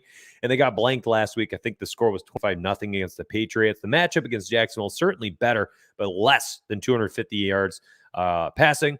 Joe Burrow, 250.5. Matchup against Pittsburgh is tough. It's a divisional game as well. I think they're going to struggle to move the football on the ground against the Steelers. I got more than 250.5 for Burrow and Deontay Johnson. We already talked about more than 75.5 receiving yards. Are you any different on any of these plays, my dude? No, one thing I do want to say briefly here, Matt Ryan, I have him around 258, 260 total passing yards. But when you look back, you just laid it out beautifully, what Atlanta and Matt Ryan has done the last few weeks. So I'm going with my gut here, and I'm going to say under for Matt Ryan. The beauty of a 3-pick play over here on Lucky Knife Fight is this is going to return 5 times your buy-in. You could always see down there, and then that means $10 in would be $50 out. Has your 3-pick parlay end up hitting here? Let's go look at an afternoon slate. We'll grab a 4 o'clock slate here so you guys can get some action in the afternoon. We'll do a quick rapid-fire one. We talked about both of these quarterbacks, both of these games a lot earlier, and this is a tremendous one. This is going to be a little bit harder than normal, so maybe we'll do this one for fun and go look for an easier one. But Matt Stafford passing yards against Justin Herbert. Herbert is getting 6.5 passing yards against Denver, and Stafford is on the road at the Packers. Do you have any significant lean here, or would you rather skip this one? No, I mean, I don't want to skip anything. I'd like to think you and I together, with the help of the people in the comments, we can solve just about anything here. We could probably write algorithms for nuclear bomb codes here. So to me, I'm going with Matthew Stafford, the over the passing yards, and even Cooper Kupp. These two will be special today. They've been special so far all season. Yeah, I'll say this. I don't have any significant lean here. I suppose I could just bring up the model, but I'm trying to be efficient here. I think if you're using Stafford over, okay, if you think Stafford's going to outpass Herbert, well, then what the heck? Cooper Kupp better have himself a day, right? So I think if you pick Stafford, I think there's correlation here to pick Kupp as well over Devontae Adams. So you're just saying, listen, Kupp goes nuclear. Stafford had himself a day, and then vice versa. If you think Herbert is going to outpass Stafford today, well, then you're probably going with Devontae Adams getting 10.5 receiving yards against Kupp. This is my early lean. These guys are better talents than these two, I think, in my mind, I guess in my warped mind. And if they're also going to be getting some yardage, then give me them. So let's move on. We'll do one more for the afternoon. Let's look for a three-pick contest here, and let's see. These just got swooped. Let's find a bigger one then. Let's go. There we go. We got some different players here. Aaron Rodgers, over or more or less than 260.5 passing yards. Where do you lie there against the Rams? Aaron Rodgers against the Rams, about 280 total passing yards. So I'm going to go over here, Mitch. Yeah, I'm actually more here for Rodgers, which means I want more for Devontae Adams, 89.5. Cousins, 255 against San Francisco. How you feeling about that one? Oh, my God, easy peasy. I have Kirk around 275, 280 passing yards. So that one's shocking. That seems kind of low given the matchup and what Kirk and Minnesota have been doing as of late. I totally agree. That one does not make too much sense to me. That's a softie right there. Go ahead and take that one. I would take it quick. He has gotten over that, look like 6 out of the 10 games he's been in this season. And when you look at 2 of those games that he missed, 2 out of the 3 that he has missed that mark over the last 5 weeks, they were without Dalvin Cook. So with Dalvin Cook in that offense, Kirk Cousins just has more semblance of a running threat. So I think that you can go ahead and play the more on Kirk Cousins 255. And I think more, basically an over is always more fun. Who wants to play the under? So more on all three of those. Again, this is a 5 times buy-in. You're feeling funky today. $50 in would be $250 out. You're playing safe, $2 in, $10 out. Again, grab that link if you do use that one that I posted in the chat, and you end up subscribing to Monkey Knife Fight today, registering, whatever, and then you play a contest. You got to play a contest, an actual money contest there. They end up giving a 100% deposit match up to $100. I will give you a free month of December to mysparry.com, the 10,000 simulation betting model for all things props, money lines, spreads, totals, and then, projections for all players.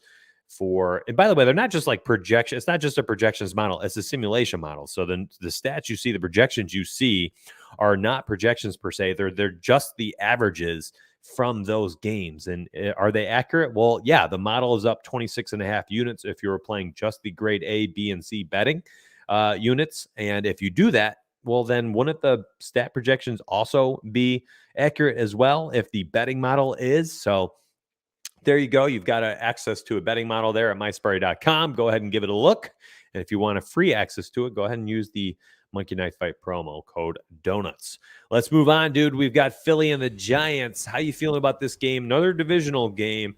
And we talked a little bit about the Giants wide receivers today already, with Darius Slayton and Sterling Shepard as being kind of the last men left. And on the Philly side, you've got interesting spots here for Jalen Hurts, Devontae Smith, and Miles Sanders due to a lack of bodies there in Philly as well. How you feeling? Yeah, this one's again.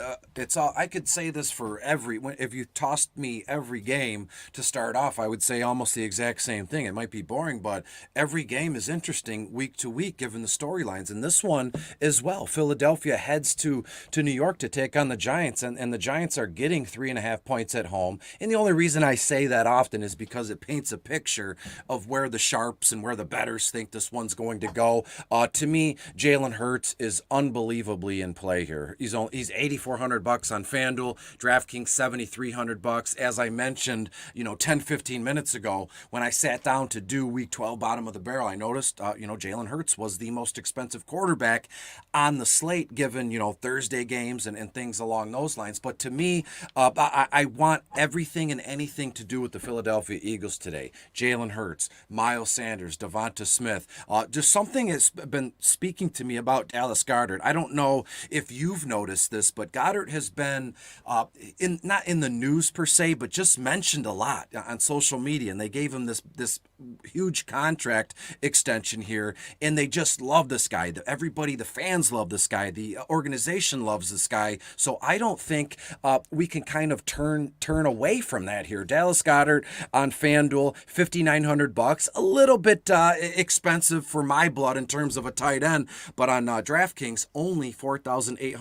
You're looking at a tight end here, about 90% of the projected snap percentage here. I think Hurts and Dallas Goedert to connect on a touchdown pass is almost a lock in this one if you want to do an anytime touchdown parlay here. But again, Miles Sanders $5,100 on FanDuel, DraftKings $6,100. I think this is the week we start to see a little bit more from Miles Sanders. Head coach Nick Sirianni knows where his bread is buttered here, and Philly has to have this game if they want any semblance of catching up to Dallas in the NFC East here. So again, Devonta Smith always in play, 90+% of the offensive snap possessions here. And then one little wild card here. Now, this is probably not saying anything profound here, but Boston Scott, $5,200 on FanDuel, and on DraftKings, Boston Scott only $4,000. Mind you, Jordan Howard, he's inactive. He's already been inactive here, and we've seen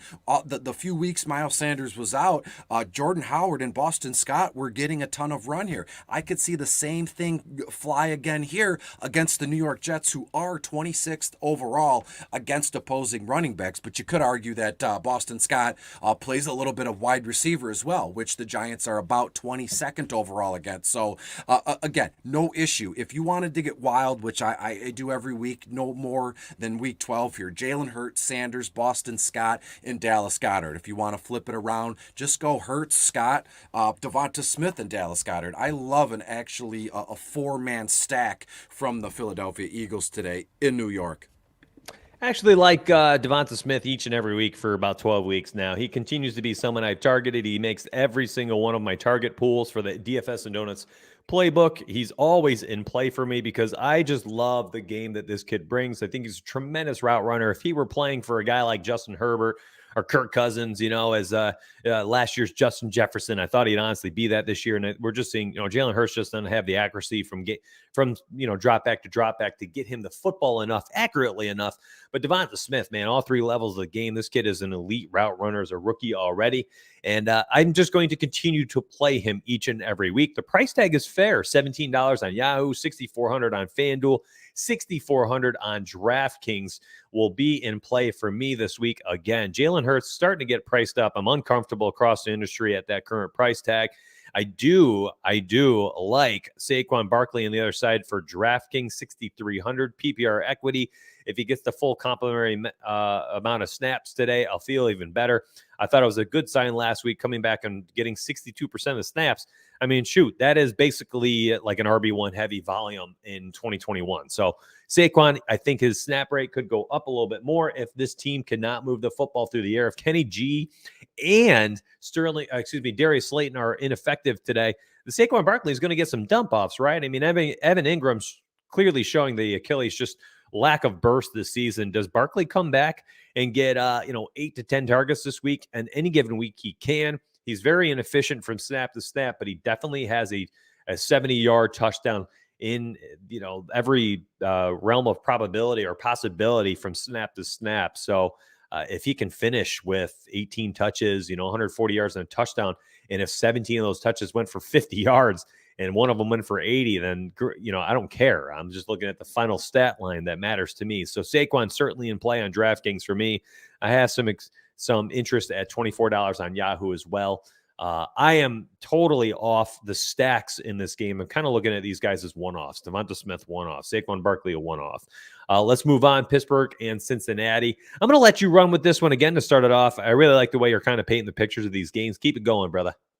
Sure, thank you. That means a lot, and I love to do it. I can talk and talk and talk. I guess, some people have an issue with it. I'm still thinking about, maybe I'm crazy, I'm still thinking about last week. I don't remember if that whoever was in the comment was talking about you or me, but they said, this guy sure talks a lot without saying anything. Well, I would like to think that's a skill in its own right, to keep someone, attentive while you're talking and not saying anything. So let's talk about Pittsburgh at Cincinnati in this one. Going to be a great game. Again, I told you almost every game I could paint a picture where it's my favorite game. This one's going to be great. Divisional game. Pittsburgh is on the road in Cincinnati, and Pittsburgh is getting 3.5 points in this one. That's awesome from the Cincinnati Bengals perspective. Their fans should be proud of that one. The Bengals are coming on strong here. And let's start with Pittsburgh. Ben Roethlisberger, $6,600 on FanDuel, $5,200 on DraftKings. I hate to say I want nothing to do with him because I love Najee Harris so much, because I love Deontay Johnson so much, because I love Pat Freiermuth so much. Well, Ben Roethlisberger's got to be the one getting the ball to these guys, and a kid like Najee Harris, granted, he's $8,800 on FanDuel, $8,200 on DraftKings. I don't think it's crazy for me to say Najee Harris could see 15 plus carries. He could see 6-7 targets in this one, and given his price tag, that's what you're going to need right about in that wheelhouse there to kind of get you going forward in terms of value here. Deontay Johnson, we mentioned him in the over-under stuff. Absolutely love him. But briefly stop at Pat Freiermuth. He's mentioned in bottom of the barrel again. Cincinnati, they're 18th overall against opposing tight ends here. Freiermuth, I'm glancing over at my notes here, not trying to be rude and not looking anybody in the eye here. How dare you glance? Pat Fryermuth, $5,300 on FanDuel, $4,300 on DraftKings. And when you look at Pat Fryermuth, I believe I did the best I could in terms of the blurb on the article on the website here, where Pat Fryermuth and Ben Roethlisberger are like simpatico. They're really connected. They're friends. They speak all the time. You know, when Ben was off with COVID, they're always video chatting and doing, you know, running through plays digitally here. And so to me, Pat Fryermuth will always be in play given his price tag. The day that Pat Fryermuth goes, let's say, you know, to $6,500, or when he is kind of priced with those top 5 tight ends, Kittle, Kelsey, and that's the day I'd probably sit back and go, I might fade Pat Fryermuth. But as it stands now, full speed ahead for Fryermuth, not only this week, but as we continue on.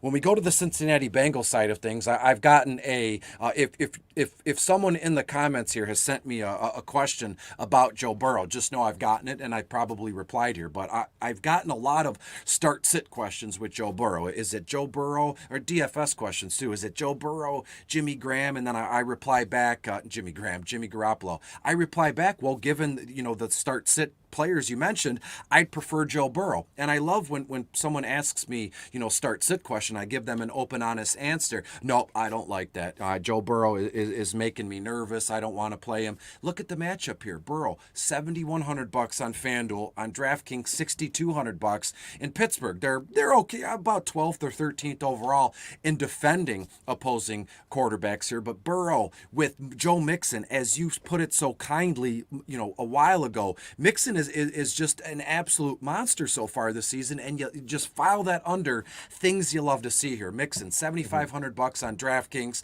on FanDuel, $8,000. We always say a studly kind of running back is a young quarterback's dream. Same thing with a stud tight end here. So Mixon plays fantastic, and in turn it frees up Joe Burrow to feel a little bit more comfortable and confident to get Jamar Chase the football, to get, let's say, CJ Uzomah the football here. So to me, I mean, you asked me here from a DFS perspective, not just a lot of drips and drabs, not full-blown stacks, but I love the idea of Najee Harris and Deontay Johnson and throw in Pat Fryermuth here. And then on the Cincinnati side of things, you know, Burrow, Mixon, and Chase, that three-headed monster here. So that's the way I'm looking here. If it matters, I'm painting this picture. I have Cincinnati to win this one and put up 30 plus points. I think Cincinnati wins this one like 31-28. So my final score projection goes to show you that this game is very conducive to a full game stack here, and I wouldn't argue here, Mitch.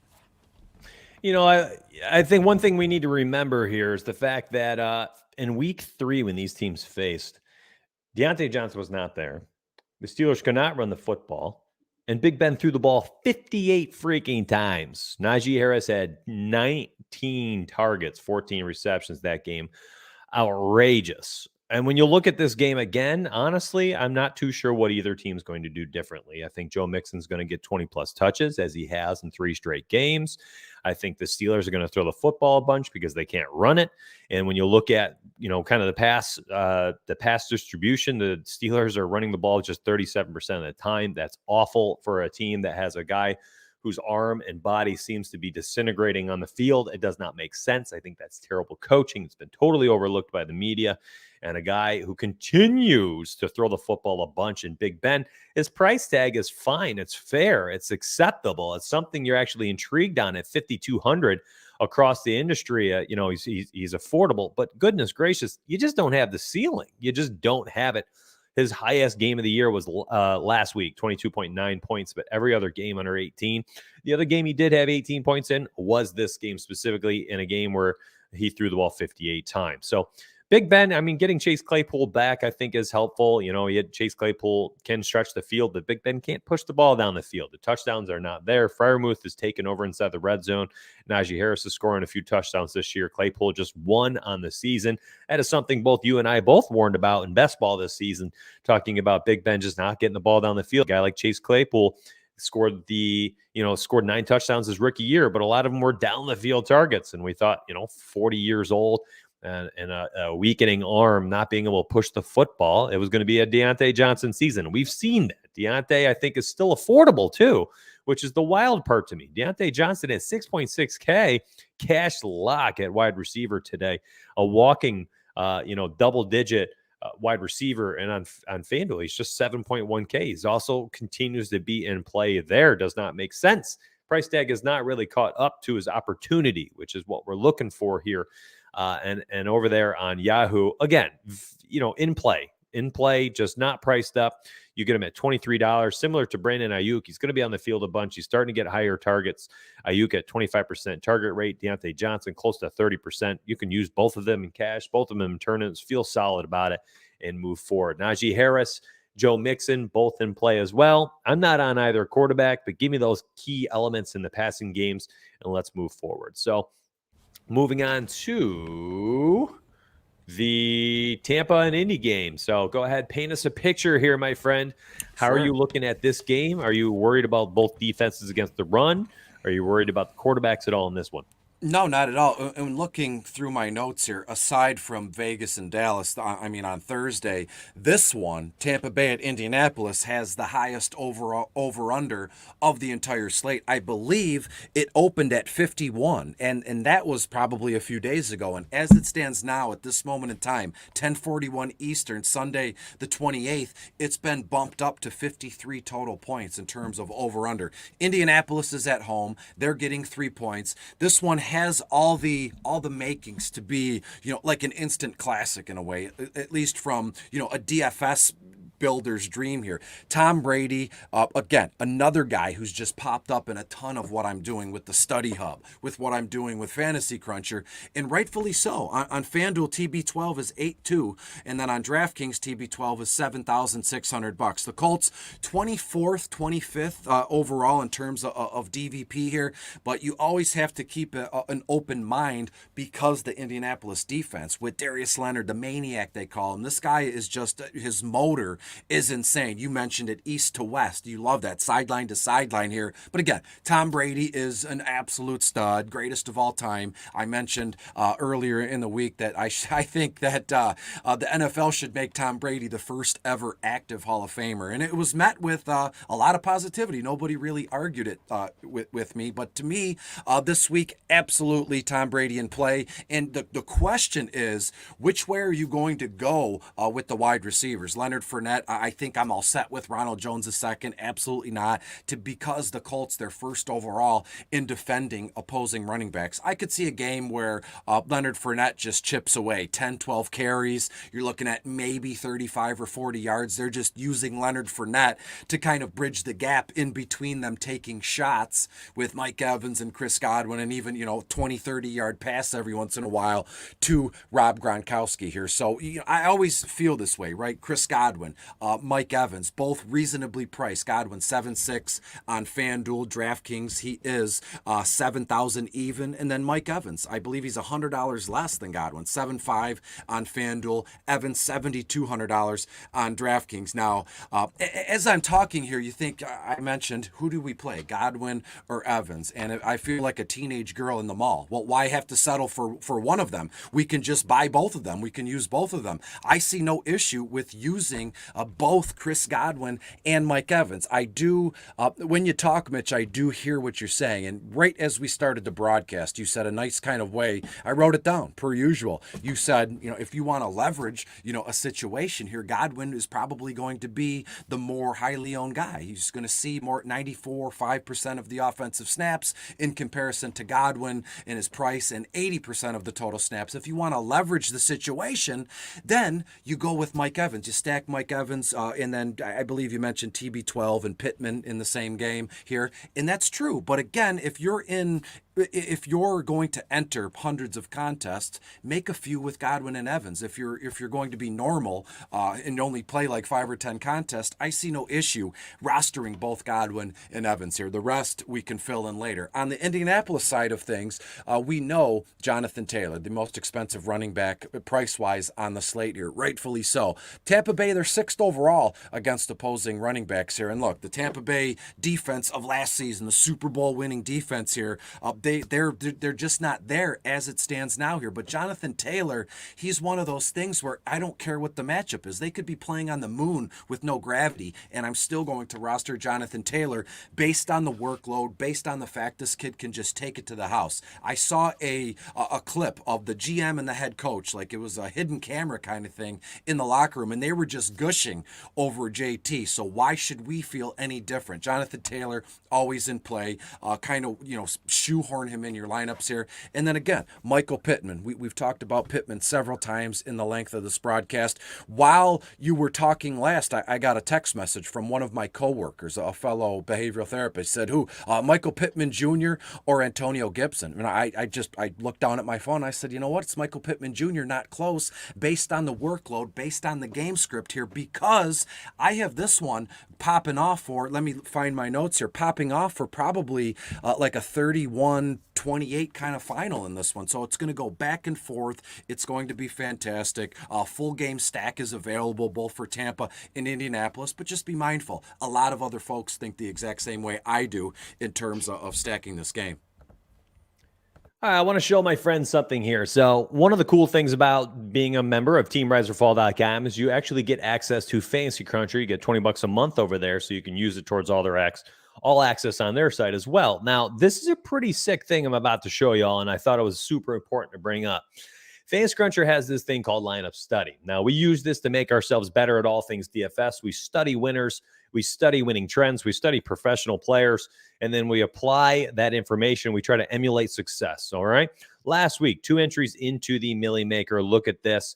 You can look at the lineup. Jonathan Taylor, super low owned, 8.2%, went absolutely bonkers, 56.4 points. Last week on the show, I had mentioned Jonathan Taylor, how he was not going to be in any of my small tournaments, not going to be in my cash games, but you know where you play a guy like that who's awkwardly priced in between guys who have good matchups, and was in a terrible matchup last week against the Bills, who were giving up a league low in points per game. Well, that was Jonathan Taylor. I said, play him in the Millie Maker, play him in large tournaments. That's how you can get a very low-owned, high-upside opportunity play. This week, I don't know if you have that as much. I think people are now looking at this saying, well, Jonathan Taylor certainly always in play. They're looking at this matchup against this defense. And yes, they see a very difficult matchup, of course, again. But gosh, you have 2 teams here who actually give up the least rushing points per game to opposing running backs, at 14 for Colts and 15 for Tampa. And I think people will look at that and say, well, don't play Taylor again, but it's not as many as you think. Let me go show you why. And it's unfortunate. It really is. You don't have that opportunity this week. And I'm going to show you right here the ownerships in this game. Well, the industry is kind of basically said, stop fading Jonathan Taylor against bad teams or against bad matchups, because my goodness, projected ownership of Jonathan Taylor, 15%, projected ownership, 18% for Draftkings and FanDuel. And over there on Yahoo, let me go to the all positions for this one. He is not a bargain over there as well. He has 20, where is he? Sorry. Jonathan Taylor, 30% projected ownership. So here's the deal, fam. Last week, I said use him in Millie Makers. Use him in large tournaments. This week, I'm not touching him. I'm not going out of my way. If he ends up popping because the optimizer and our projections put him in there, okay, I'll have some exposure. But now you've got a guy who, in a tough matchup, is also going to be highly owned and had a price increase. So he literally has 3 things going against him this week for me. All right. You've got the higher price. All right. Price increase on every single site. Tough matchup and higher owned. Though that's all, I'm 0 for 3 right there. That's just not a guy I'm outright targeting. So, yep, Jonathan Taylor and all his upside this week, I am off of. I am just off of this. I don't want to play a guy who's higher owned at high ownership and a price increase and a tough matchup. I'm just off him. So you heard it there. I'm not on Jonathan Taylor, but I am on the passing games. I do like Michael Pittman. I do like Mike Evans, Chris Godwin, Rob Gronkowski. I like both quarterbacks, Wentz and Brady, but I'm off of Jonathan Taylor. It might bite me in the butt. He's supernova hot right now, but I'm not there. I'm going the opposite direction. And listen, if I I have a bad day because of it, so be it. But you got to plant your flag in DFS. Tennessee, New England, this is a brutal DFS spot. I want nothing to do with Tennessee. I want nothing to do with New England. Damian Harris and Ramondre Stevenson both look like they're in. I want nothing to do with those cheap wide receivers out there in New England. Don't care. And I'm going to be playing the Patriots defense, and I probably will sprinkle in some Tennessee defense as well. Defenses are, fairly priced across the board for both of these teams, but other than that, I just want nothing to do with either team outside of just the defenses, and only a moderate amount of exposure to both. How you feeling about this? Any spots where you're like, yes, that's it, I need some exposure? I'm with you. I hate to keep mentioning bottom of the barrel, but that's like what I have, to give folks, throughout the week, and then the end of the broadcast, or excuse me, the end of the week broadcast here. In bottom of the barrel, I've said it a million times. This week, I feel like the MO from a lineup building perspective is it's okay to stack duos, two running backs from the same team, two wide receivers from the same game here. And look, Damian Harris, $6,000 even on FanDuel. On Draftkings, he's $6,100. As you can see, this is what I'm reading. You folks love my notes. Thank you for that. And then Ramondre Stevenson, $5,900 on FanDuel, $5,200 on DraftKings here. Yes, both have Q tags, but I believe both players are active today. And again, Tennessee they're hurting. I mean, Ryan Tannehill, the Patriots defense is going to make Ryan Tannehill's life a living hell today. They have, we talked about this in length leading up to this portion of the broadcast here. None of their studs are active. AJ Brown, Derrick Henry. I mean, I won't, belabor the point here, but I firmly believe that New England just goes nuts on Tennessee here in this one. Looking at the DVP matchups, you might say, well, Chris, everything you say is there's no weight to it. You have no proof to say this stuff. It's all from your gut or your however you want to do it. But in this one, the DVP matchups they paint a picture in a way. Granted, I would prefer the New England Patriots wide receivers, Jacoby Myers and Kendrick Bourne. The Tennessee Titans, they're dead last against opposing wide receivers here. And again, I know this doesn't have anything to do with DFS or sports betting here, but here we are, Bill Belichick, just a whole brand new cast of characters. He has this team competing big time for yet another divisional championship. And you have to look at the pieces of what we're doing here. Mac Jones, Tennessee's 31st overall against opposing quarterbacks. This kid is a rookie, but I could remember going back weeks and weeks and weeks, Mitch, saying this exact same thing where Mac Jones is a rookie, but he grew up in that loss against Tampa Bay, 4 or 5 weeks ago. This kid is head and shoulders above the rookie class of quarterbacks right now. And when you look at this game, I honestly, I don't think Mac Jones has to do a ton in this game. In a way, just get the ball where it needs to go. How many deep shots are the New England Patriots going to take today? You're not going to look for a 50, 60-yard touchdown reception from any guy, but they're going to dink and dunk, and that means Mac Jones, Ramondre Stevenson very much in play. And in between those, you're going to get a steady dose of Damian Harris here, who I believe is dealing with a neck injury, or it might have been a concussion, something along those lines here. But to me, the play is the New England Patriots.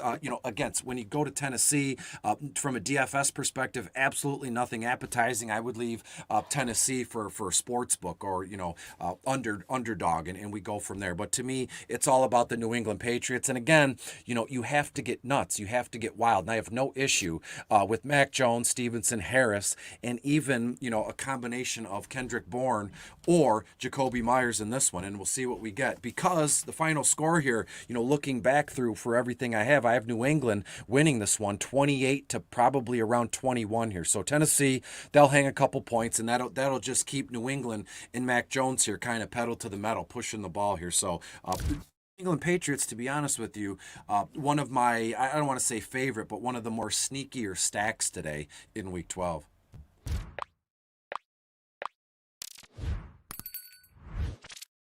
My friend, we went through all the games, my dude. 10 games. I guess it was a little bit quicker today because, it's what do we have? A 12-gamer last week, 13 the week before. Bye weeks are just going to do that for us. We had a bunch of games on Thanksgiving. There's where the rest of the games went. Just hit me.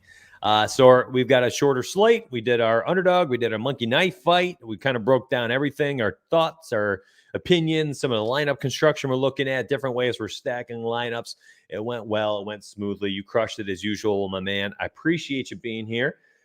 Chat, thanks for hanging out with us. I know a lot of you stay for the entire 2-hour stream. Thank you so much for that ridiculous amount of support for us. Thank you for those people who hit the like button for us when there are dozens and dozens and dozens of companies and shows out there. That is a really cool way you can support Beastie and I when we put in, probably between the pre-stream, the stream itself, 6, 7, 8 hours combined efforts go into doing a 2-hour production on our own here. So thank you for supporting us with just hitting the like button. That's all you got to do. And that makes it worth all of that effort and time that we put into it. So thank you for hitting the like button for us. I'm going to let my man take us out with a nice send-off for week 12. And I hope to see some people in the winner's circle, in the winner's channel, and Discord. Fortune favors the bold. Don't forget it. Beastie, kick us off into week 12, my dude. And y'all stay safe and please stay healthy. Yeah, thanks for having me here, Mitch, and everybody in the comments. Thanks for being here. And I'll be brief here. Hopefully everybody had a safe, happy, and healthy Thanksgiving. And with that, we turn our attention to Christmas. December is right around the corner, and with that comes a ton of obligations, family dinners, presents for friends and family, work parties, and then we have to juggle all the stuff. I want to say I've been on this kick with my own therapist here, setting boundaries, and I just try and share what I'm going through in hopes that maybe it'll help just one person, and then that's successful. I want to tell folks at this time of the season, it's okay to set healthy boundaries. Your mom or your dad calls and says, "Hey, Chris, we need you to make a dinner for 15 people." I don't have the time. I don't know. It's okay to say, "You know what, Mom, I don't have the time." It's okay to set healthy boundaries. It's okay to place realistic expectations for yourself on a daily basis, because if you don't, that leads to resentments, and those resentments start to roll into anger, and it manifests itself in the nastiest of ways. You'll blow up at a red light. You'll blow up at someone at the gas station. So be kind and be honest with your intentions. Hey, look, I'm really hurting right now. I'm tired. I'm burned out. I'm sore. I can't. It's okay to be honest with those in your life that you love and look up to and respect. So set healthy boundaries. We'll keep this thing rolling. Thanks for being here. I appreciate all the love and support, and I speak for Mitch as well when I say we're just getting rolling here. NFL is still going strong. NHL, NBA. I love the fact that I'm part of this team, and I love the fact that everybody here it listens to me and respects what I have to say. I don't take that lightly, and I appreciate all the love. Until we meet again next time, let's get together. Sunday Night Football video out this afternoon. Thanks, buddy.